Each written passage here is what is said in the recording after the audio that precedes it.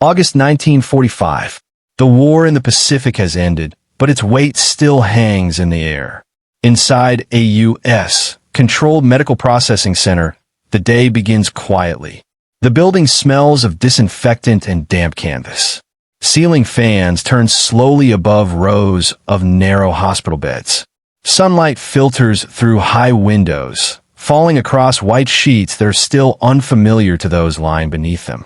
Japanese women prisoners sit upright, backs straight despite exhaustion. Many have been trained, for years, to expect labor before rest, work before food, discipline before comfort. Even now, after surrender, they wait for orders, hands ready, bodies tense.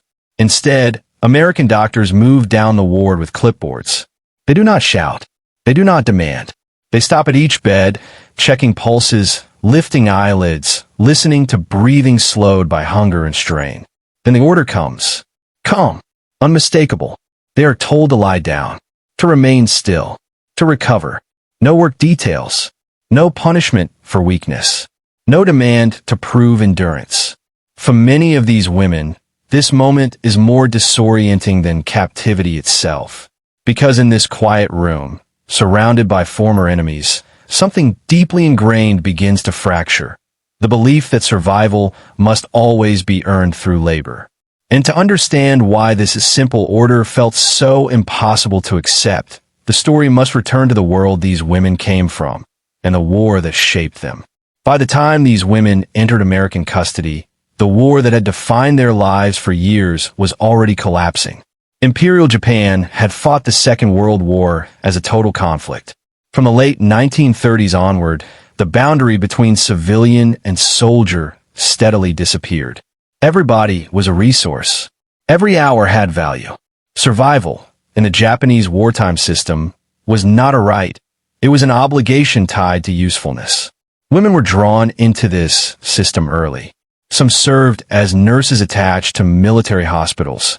Others worked in communications, clerical roles, factories, air defense units, or auxiliary support positions near the front.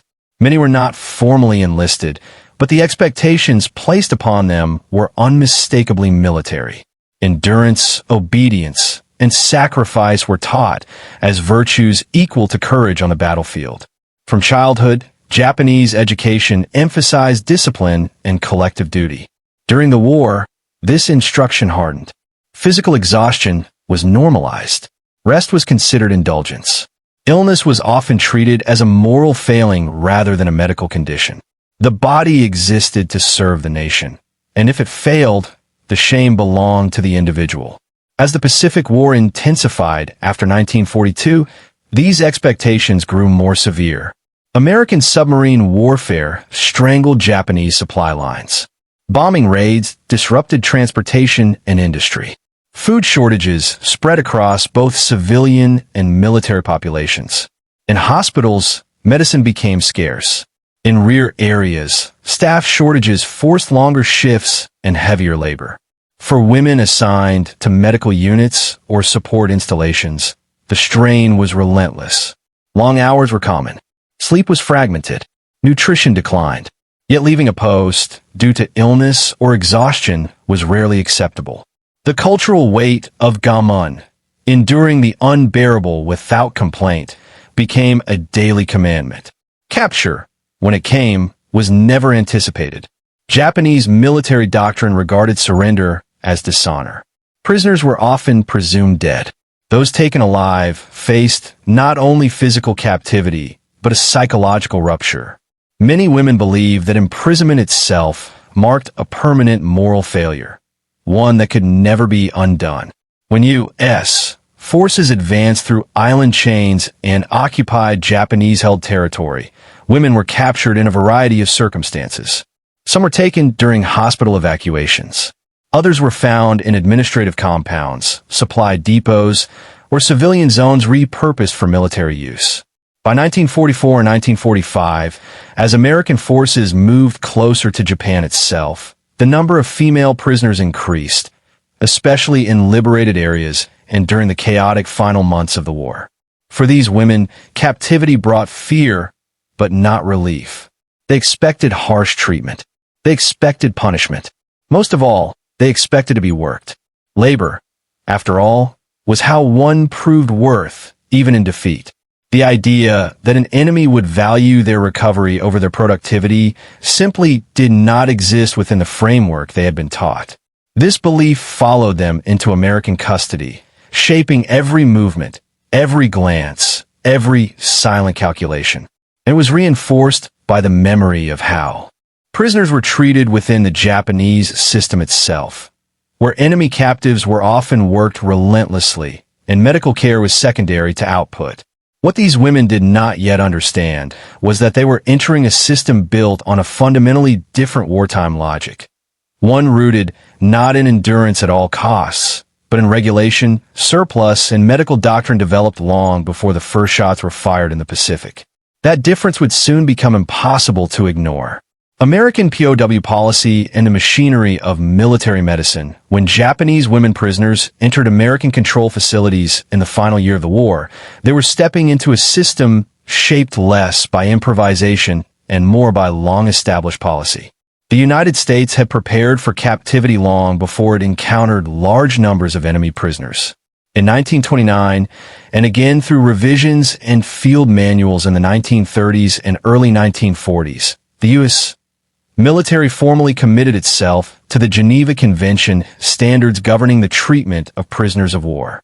These rules were not abstract ideals. They were written into doctrine, enforced through inspections, and taught to officers responsible for camps, hospitals, and transport. By the time the Pacific War reached its final phase, the U.S. Army Medical Corps had become one of the largest and most systematized medical organizations in history. Its approach to wartime medicine emphasized prevention, recovery, and long-term effectiveness. Soldiers were treated not only to return them to duty, but to preserve life as a matter of institutional responsibility. This philosophy extended to prisoners. American policy did allow for POW labor, but it was strictly regulated. Medical fitness determined eligibility. Sick, malnourished, or exhausted prisoners were not considered labor assets. They were liabilities at risk of spreading disease or dying in custody. For American commanders, such outcomes were unacceptable, not only morally, but administratively. Deaths in POW camps triggered investigations, reports, and scrutiny from both military and civilian authorities. The contrast with conditions in the Pacific Theater was stark. Unlike Japan, the United States possessed immense industrial depth. By 1944, American factories were producing medical supplies, hospital equipment, and pharmaceuticals at a scale unmatched by any other nation. Portable field hospitals could be assembled rapidly. Refrigeration units preserved blood plasma. Antibiotics like penicillin, though still limited, were increasingly available in military facilities. Equally important was food. American logistics ensured that POW camps were supplied from the same distribution systems feeding U.S. troops. Caloric standards were defined. Rations were measured, recorded, and adjusted. Even during wartime shortages elsewhere, the United States had surplus capacity that allowed it to maintain consistent provisioning for those in its custody. For Japanese prisoners, especially women accustomed to ration scarcity, this alone was disorienting. Meals were predictable. Medical examinations were routine. Clean water was constant. Sanitation, enforced rigorously by U.S. engineers and medical staff, reduced disease outbreaks that had plagued camps under Japanese control elsewhere in the war. Within American-run hospitals and medical wards, doctors operated with clear authority. Their orders superseded guard routines and labor schedules. If a patient was deemed unfit, that decision was final. Recovery time was not a suggestion, it was mandated. This created moments of tension. Some Japanese prisoners resisted medical instructions. Others attempted to volunteer for work despite visible weakness, fearing that refusal would bring punishment or shame. American staff, trained to recognize both physical and psychological trauma, often responded by increasing supervision rather than imposing discipline. For U.S. medical personnel, this behavior was not confusing. It was expected. Army manuals warned that prisoners from cultures emphasizing endurance and obedience might resist rest, even when injured. Doctors were instructed to enforce recovery, not negotiate it. The goal was stability of the individual patient and of the camp as a whole. Behind these policies stood a broader strategic calculation. The United States understood that its treatment of prisoners would be observed, recorded, and remembered. International scrutiny mattered. Post-war accountability mattered. And beyond diplomacy, there was a belief, quiet, institutional, and deeply rooted, that the way a nation treated its enemies revealed its confidence in its own power. By late 1945, this system was fully in place. 4 Japanese women prisoners arriving in American hospitals. The machinery of use, military medicine, did not ask what they could still give. It asked only one question first. Were they strong enough to heal? And it was in answering that question that the deepest shock began to take hold. The human shock of being ordered to stop. For many Japanese women prisoners, the most difficult adjustment was not physical. It was psychological. Years of wartime conditioning had trained them to associate rest with failure. To be inactive was to be unproductive. To be unproductive was to be burdensome. Even illness carried a sense of guilt.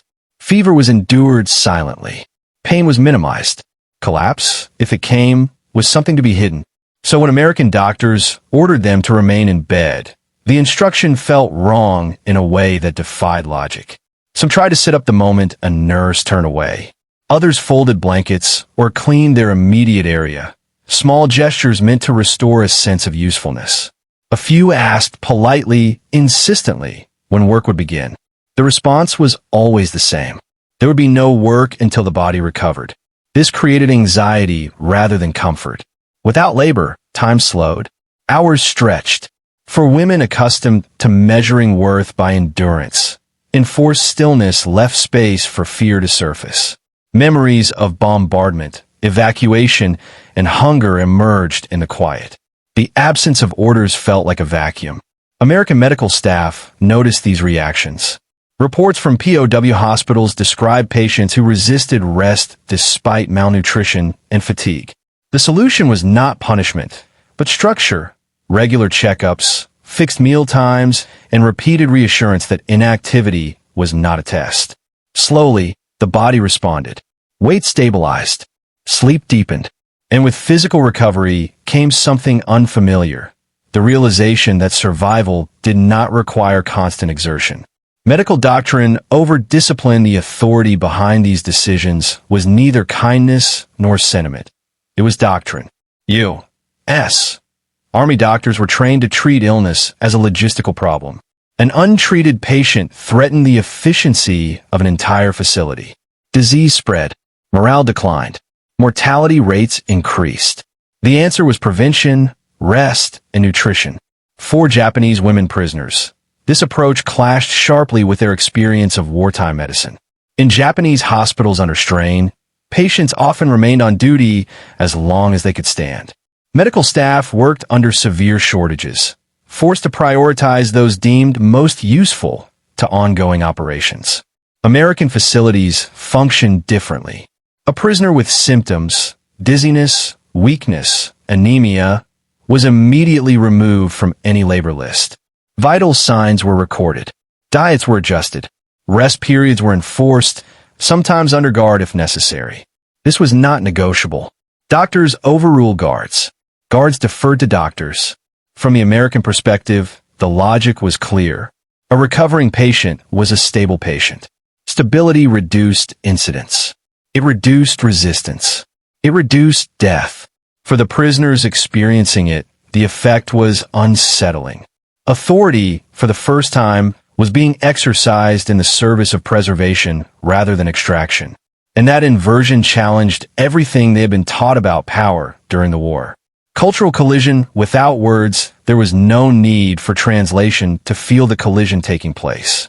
Japanese women prisoners came from a culture where hierarchy was rigid and expectations unspoken. Orders were anticipated, not explained. Compliance was assumed. Questions were unnecessary and often discouraged. American medical environments operated differently. Instructions were repeated. Procedures were explained, even when language barriers existed. Compliance was expected, but understanding was valued. This created moments of confusion. When told to rest, some prisoners nodded without comprehension, assuming the order would soon be reversed. Others interpreted the lack of labor as a prelude to punishment or neglect. The idea that rest itself was the treatment did not easily translate. Yet day after day, the pattern held. No sudden demands, no retribution, the same calm routines, the same insistence on recovery. In that repetition, certainty began to form, and with it, an awareness that this was not an exception, but a system. A system that viewed the body not as a resource to be spent, but as a responsibility to be maintained. And it was this realization that set the stage for a deeper reckoning still to come. Leadership and the American philosophy of control behind every medical order given in these facilities stood a broader command philosophy. American wartime leadership placed a premium on predictability and regulation. Control was exercised not through constant force, but through systems that removed uncertainty. In POW camps and hospitals, this meant clear chains of authority, written procedures, and strict adherence to policy. Doctors occupied a protected position within this hierarchy. Their authority was institutional, not personal. A medical decision could not be overturned by a guard's impatience or a commander's desire for efficiency. This separation was intentional. It ensured that care remained consistent regardless of external pressures. For Japanese women prisoners, this was difficult to interpret. In their experience, authority was often fluid under wartime strain, bending toward immediate necessity.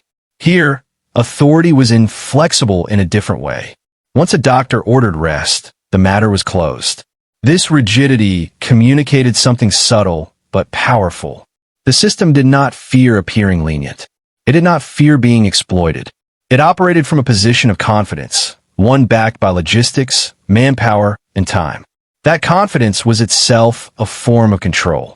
The enemy's perspective, suspicion before trust at first. Many prisoners suspected deception. Some believed the rest period was temporary, a calm before forced labor resumed. Others feared that weakness shown during recovery would later be used against them. A few interpreted the treatment as an attempt to extract cooperation or information. American staff encountered these suspicions regularly.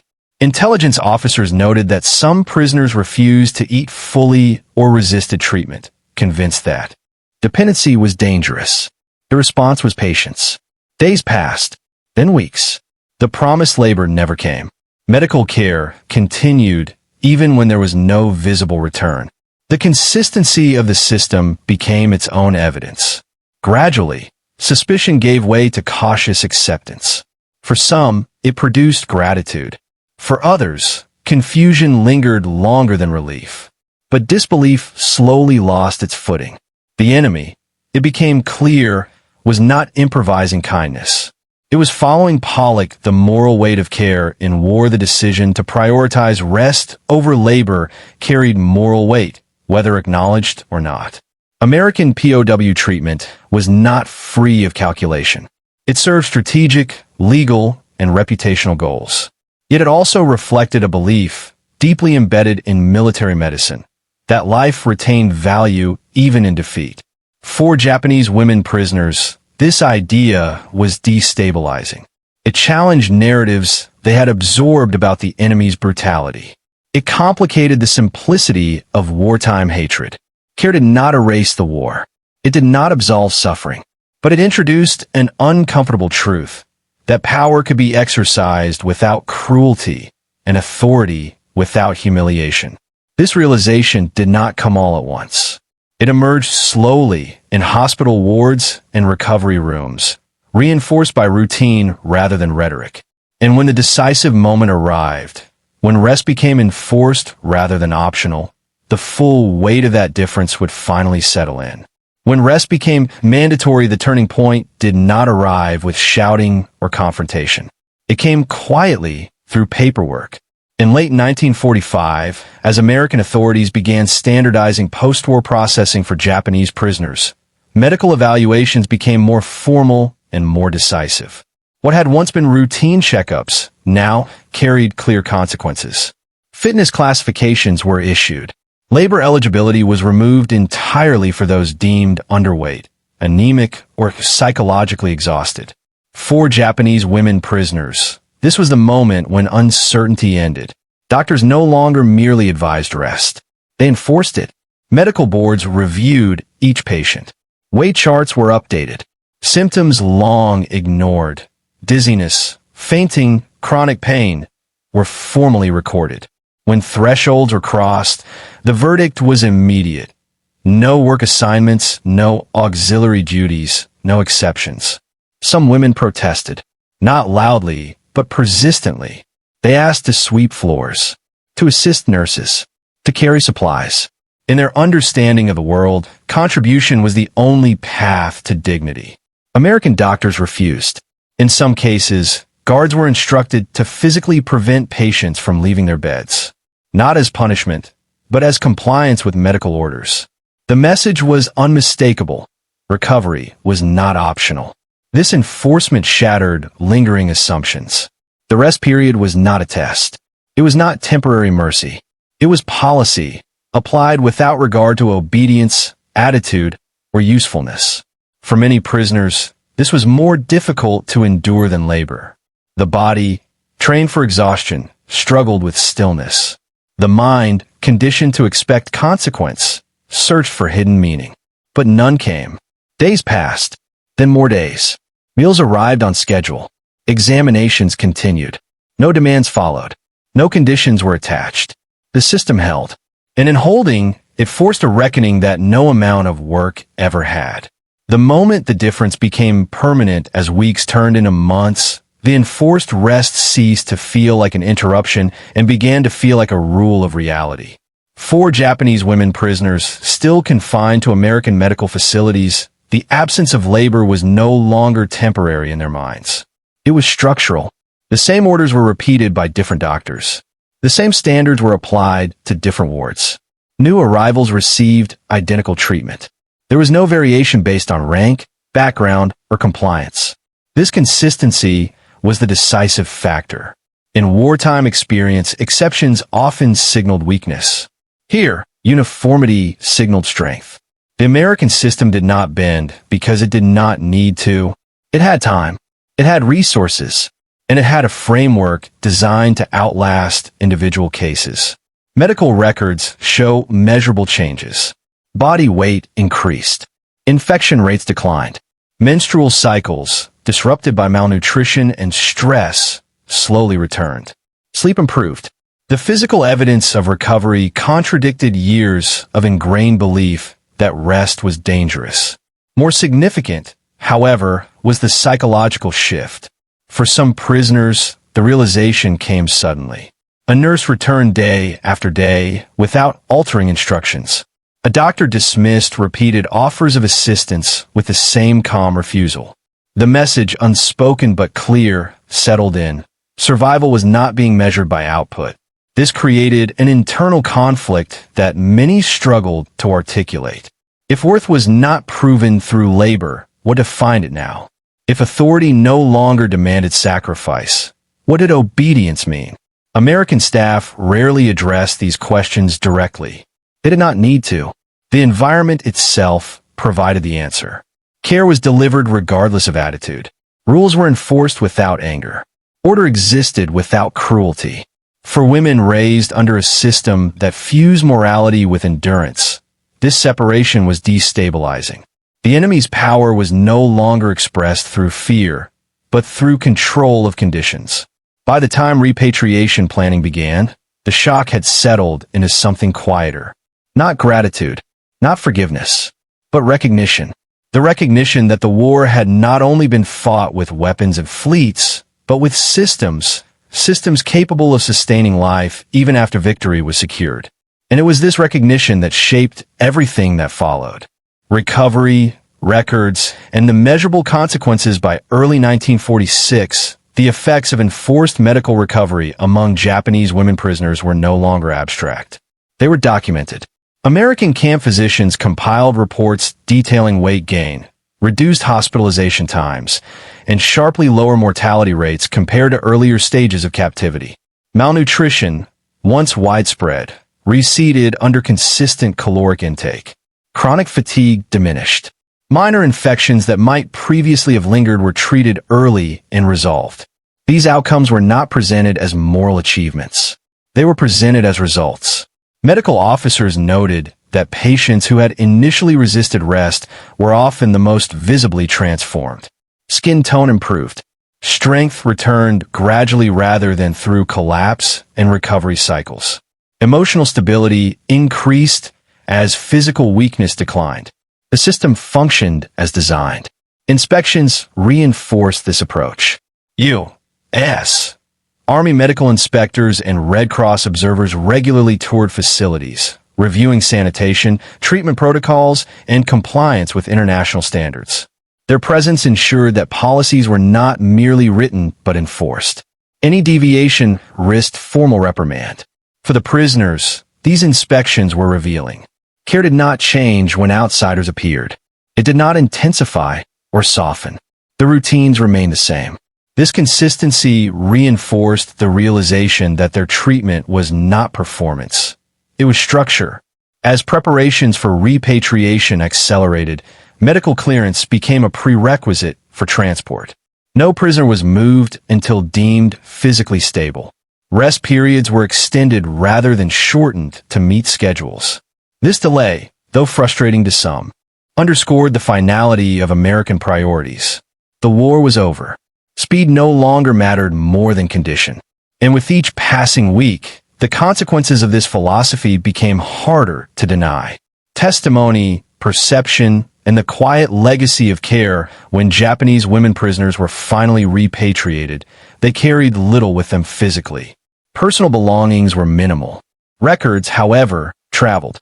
Post-war debriefings conducted by Japanese authorities and Allied occupation officials collected testimony from returning prisoners. Among the details noted, alongside confusion, shame, and dislocation, were repeated references to medical treatment that defied expectation. The accounts were restrained. There was no dramatic language. Instead, there was repetition. Rest was enforced. Food was consistent. Illness was treated without condition.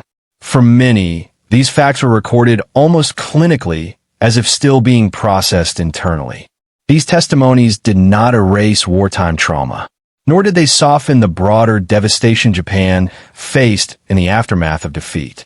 But they introduced nuance into enemy perception at a time when absolutes were easier.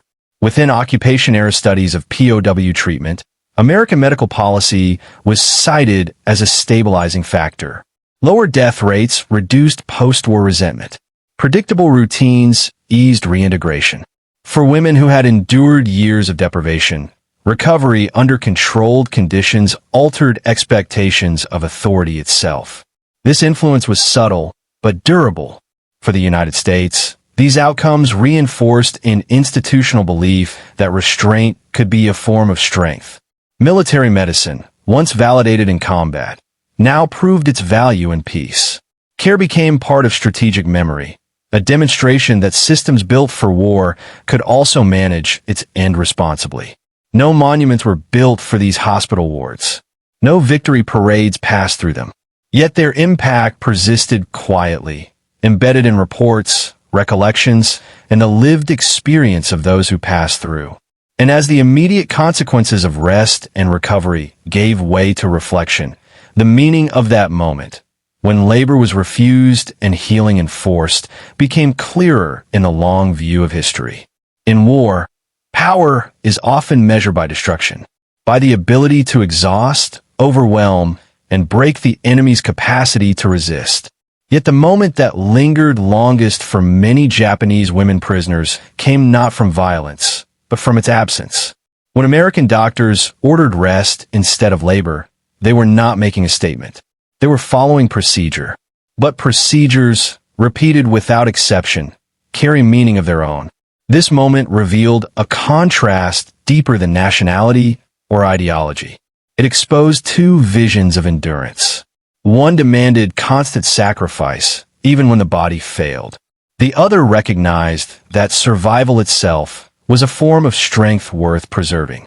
Military medicine, often overshadowed by weapons and battles, played a quiet role in shaping the end of the war. It demonstrated that authority could be exercised through care, that control did not require humiliation, and that discipline could exist without cruelty. For the women who experienced it, the shock was not simply kindness from an enemy. It was the realization that power backed by abundance did not need to extract every remaining ounce of effort. It could afford to wait. It could afford to heal. History rarely pauses on such moments. They leave no ruins and change no borders. But they shape memory, and memory shapes how wars are understood long after the fighting ends. In the stillness of those hospital wards, far from the battlefield, the war revealed one of its quiet truths, that the systems a nation builds may speak just as loudly as the battles it wins.